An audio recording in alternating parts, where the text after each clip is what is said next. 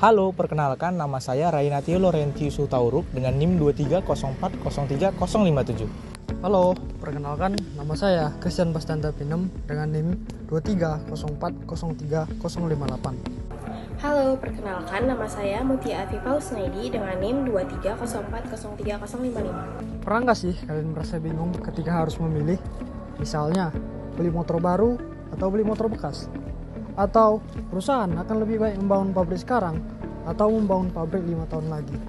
Nah, untuk menjawab pertanyaan-pertanyaan tersebut, kita membutuhkan yang namanya ekonomi teknik. Apa sih itu ekonomi teknik? Yuk kita bahas sama-sama. Ekonomi teknik adalah salah satu ilmu yang mempelajari bagaimana cara membuat keputusan dengan mempertimbangkan faktor ekonomi dan juga teknik. Nah, sederhananya, ekonomi teknik adalah alat bantu dan pengambilan keputusan untuk memilih alternatif yang paling menguntungkan, lebih efisien, dan yang paling layak. Kalau manajemen hanya menghitung untung dan rugi, nah untuk ekonomi teknik itu sendiri, ini lebih detail atau lebih daripada itu. Dalam ekonomi teknik, dia menggunakan logika matematika, analisis waktu, bahkan menghitung uang dalam masa depan. Kenapa sih ekonomi teknik penting? Coba kita ambil perandaian. Jika kamu seorang manajer teknik, dihadapkan dua pilihan mesin. Mesin A yang lebih murah tapi lebih boros listrik, atau mesin B yang jauh lebih mahal tapi hemat energi. Kalau dari segi biaya pembelian, mesin A memang jauh lebih murah daripada mesin B. Tetapi dari segi biaya pengeluaran tiap bulan selama 5 tahun ke depannya, mesin B jauh lebih hemat daripada mesin A.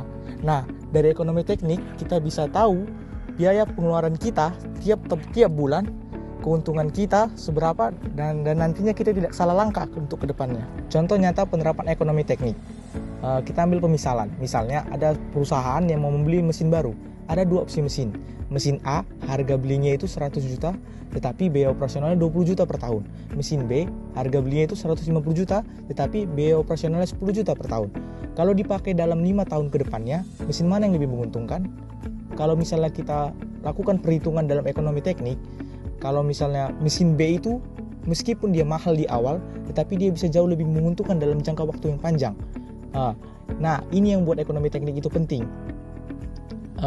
Jadi kita tidak hanya memperhitungkan biaya di awalnya aja, tetapi memperhitungkan efisiensi, keuntungan, serta berkelanjutan. Selanjutnya, kita akan membahas konsep dasar dalam ekonomi teknik, di mana ada 5 macam. Yang pertama yaitu time value of money atau nilai waktu uang, di mana uang yang kita terima pada hari ini itu bakalan lebih besar dengan uang dengan nilai yang sama kita terima di masa depan.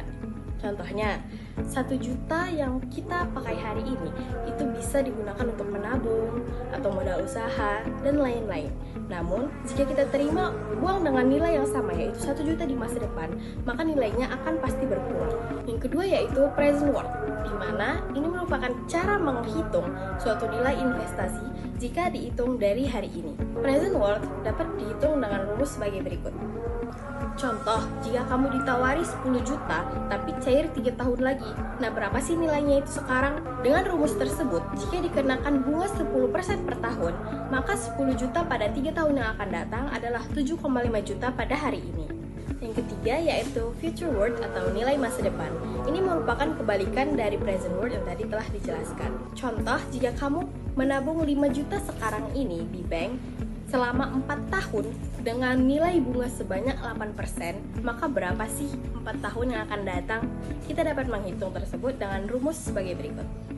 Jadi didapatkan uang 5 juta saat ini bakalan berubah menjadi 6,8 juta pada saat 4 tahun mendatang dengan 8% bunga per tahun. Yang keempat yaitu annual worth atau nilai tahunan. Ini merupakan suatu metode dalam ekonomi teknik untuk mengubah semua aliran atau cash flow dalam suatu proyek atau investasi menjadi nilai tahunan yang ekuivalen. Kita dapat menghitung ini dengan rumus sebagai berikut. Contohnya, yaitu jika sebuah mesin harganya 50 juta, umur ekonomisnya itu sekitar 5 tahun, dengan bunga 10% per tahun. Berapa sih nilai tahunan ekuivalennya? Artinya itu kita membeli mesin itu sama saja seperti kita mengeluarkan uang sebesar 13,19 juta per tahun. Nah, yang terakhir yaitu rate of return atau tingkat pengembalian. Ini merupakan tingkat bunga atau interest rate yang membuat nilai sekarang dari manfaat atau benefit sama dengan nilai sekarang dari biaya. Hal ini dapat dihitung dengan rumus sebagai berikut. Contohnya yaitu, pada sebuah investasi, jika biaya awalnya yaitu 100 juta dan penerimaannya 30 juta per tahun selama 5 tahun, maka nilai ROR-nya dapat kita hitung. Nah, nilai I itu biasanya dicari dengan trial and error atau kalkulator finansial. Dalam kasus ini, ROR kira-kira itu sebesar 14,9% per tahun. Nah, pada ilmu ekonomi, kita juga mengenal istilah permintaan dan juga penawaran. Pada hukum permintaan, itu merupakan jika harga barang naik, maka jumlah barang yang diminta itu cenderung turun, dan sebaliknya.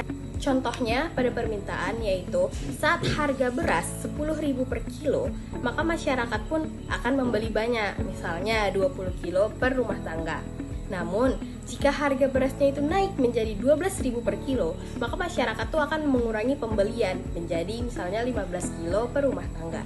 Yang kedua yaitu penawaran. Pada hukum penawaran, jika harga naik, maka jumlah barang yang ditawarkan oleh produsen itu akan naik.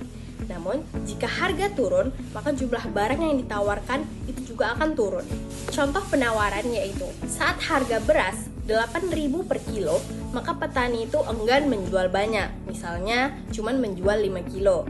Namun jika harga naik menjadi 12.000 per kilo, maka petani itu akan lebih semangat menjual. Misalnya mereka bakalan menjual 15 kilo. Jadi kesimpulannya, ekonomi teknik adalah seni dan juga ilmu untuk membuat suatu keputusan dengan mempertimbangkan faktor uang, waktu, dan juga pilihan yang ada.